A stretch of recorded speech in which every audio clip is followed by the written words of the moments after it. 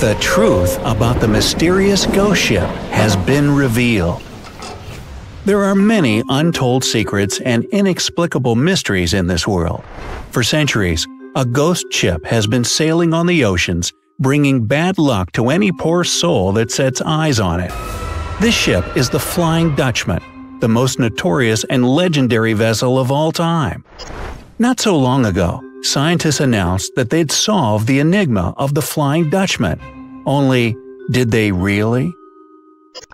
Before we set sail on this ghostly adventure, hit the subscribe button and ring the notification bell to join us on the bright side. On July 11, 1881, the HMS Bacchante was sailing near the shores of Australia. Young Prince George, who was to become King George V 30 years later, and his older brother Prince Albert Victor were on board that ship. At 4 a.m., the crew saw a strange red light in the distance. In that light, the Flying Dutchman appeared on the waves. 13 people witnessed it, but by the time the Bacchante reached the place where the ship had first been spotted, well, there was no sign that a vessel had ever been there. However, a tragedy that struck soon after convinced the seamen that they'd seen the infamous ghost ship. Later that same morning, the crew member who'd first noticed the mysterious vessel fell from the topmast. He didn't survive. There have been other sightings of the Flying Dutchman. Nicholas Montserrat, the author famous for his novel The Cruel Sea, saw the ghost ship in the Pacific Ocean. This happened during World War II, when he was serving as an officer of the Royal Navy. The crew of a German submarine also noticed the Flying Dutchman during the Second World War. This time, the ghost ship was sailing the waters of the Suez Canal. In 1939, inhabitants of Cape Town, South Africa, reported that they'd seen the ship going under full sail. Then, all of a sudden, it disappeared into thin air. And of course, SpongeBob has had his own encounters with the wily ghost named after the mystery ship. Few people know that behind the story of the Flying Dutchman, there was a real ship. According to most sources, it was the vessel of Captain Hendrik van der Decken, who was often called the Dutchman. This ship sank in 1641, but many sailors claim to have seen it afterward, and each time, the encounter served as a bad omen. Captain van der Decken made a dangerous voyage from Holland to the Far East Indies to buy some rare and exotic goods. After several close calls, he finally made it to his destination. The crew made all the necessary repairs while the ship was docked, and then they all set off for home. When they were passing by the southern coast of Africa, the captain realized that it would be a perfect idea to create a settlement next to the Cape of Good Hope. It could give a much-needed rest area for travelers and provide them with a break from the stormy seas.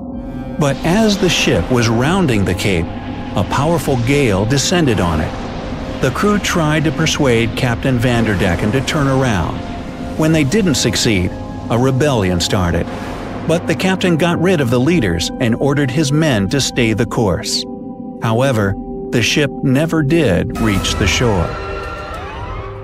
People say that the Flying Dutchman is cursed to sail the seas and oceans forever, and the one to blame for this tragic destiny is Captain van der Decken himself. According to one legend, there was a young couple on board the ship that was going to Holland. The captain took a liking to the girl and got rid of her fiancé. Not surprisingly, this did not help his chances. The broken-hearted lady then disappeared one night. When the ship was close to the Cape of Good Hope, it fell into a terrible storm.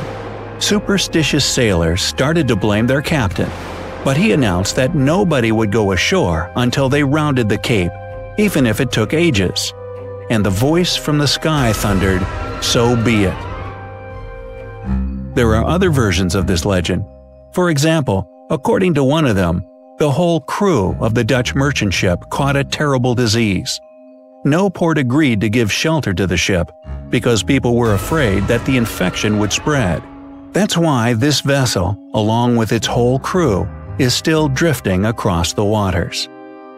Another legend says that one day, the crew of the Flying Dutchman was hurrying to get home and refused to rescue a sinking ship. This heartless act put a curse on the Dutch ship.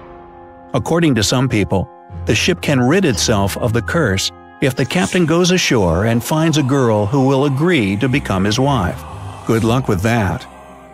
Others believe that there's some magic word that can lift the curse and let the Flying Dutchman and its crew rest in peace.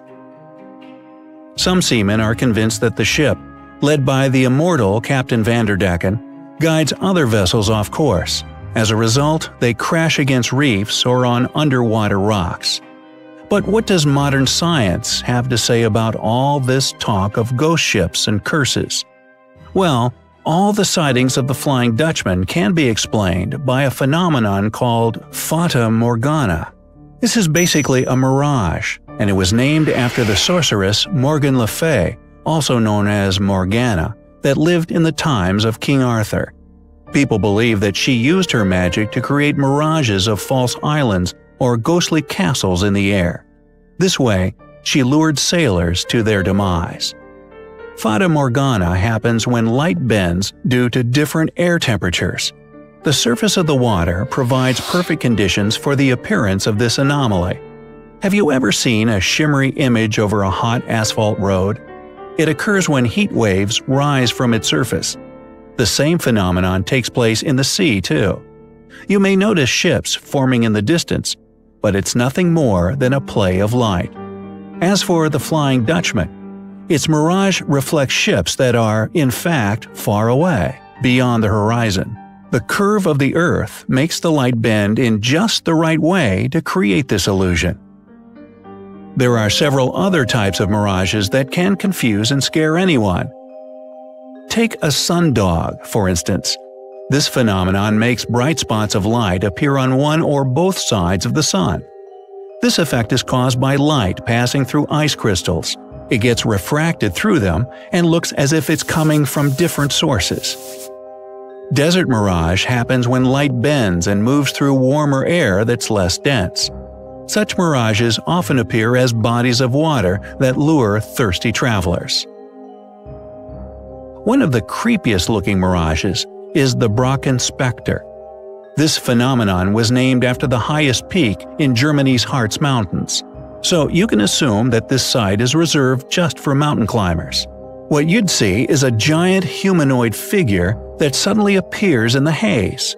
But don't worry, that's not an alien ready to abduct you, it's just your own shadow. When the sun shines around a person at high altitudes, it creates a halo-like glow. The shadow seems to be moving due to the movement of clouds. Light pillars are unnaturally huge beams of light shooting up into the sky. This phenomenon also occurs when light gets reflected off ice crystals in the cold air. That's why this anomaly mostly happens in cold climates in the winter. Omega Sun is a mirage that occurs during sunsets. In this case, when the sun is just over the horizon, it takes the shape of the Greek letter Omega. The legs of the letter appear when warm water heats the cool air above its surface. This phenomenon is particularly visible when the waters are calm. Well, scientists are probably right. Chances are that Fata Morgana and other visual illusions like it did play tricks on sailors' minds. But what about those cases when witnesses went crazy or lost their lives after encountering the Flying Dutchman? People of science consider these tragedies mere coincidences, or simply the result of psychosomatic trauma that developed when seamen couldn't explain what they'd seen. And what do you believe? Is there really a cursed ghost ship sailing the waters somewhere out there? Or is it just a mirage? Share your theories in the comments below. Remember to give this video a like, share it with your friends, and click subscribe to stay on the bright side of life.